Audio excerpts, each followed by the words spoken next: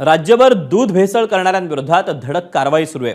या मोहिमेमुळे अनेक ठिकाणी भेसळयुक्त दूध आणि बनावट दुग्धजन्य पदार्थांवर कारवाई करण्यात आली असून त्याचा परिणाम राज्यातील दूध पुरवठ्यावर देखील होत असल्याचं पाहायला मिळते। या पार्श्वभूमीवर कोल्हापुरातल्या गोकुळ दूध संघाच्या दुधाला ग्राहकांकडून अधिक पसंती मिळत असल्याचा दावा राज्याचे वैद्यकीय शिक्षण मंत्री हसन मुश्रीफ यांनी केला। गोकुळ दूध संघाकडे दररोज सुमारे 2 लाख लिटर दुधाची अतिरिक्त मागणी वाढली असल्याचं मंत्री हसन मुश्रीफ म्हणाले। गोकुळ दूध संघात दररोज 18 लाख लिटर दूध संकलित केलं जातं। या दुधाचा पुरवठा पश्चिम महाराष्ट्रासह मुंबई, पुणे आणि इतर प्रमुख शहरांमध्ये केला जातो। अलीकडील काळात विशेषतः महानगरांमध्ये गोकुळ दुधाची मागणी लक्षणीय वाढल्याचं त्यांनी सांगितलं।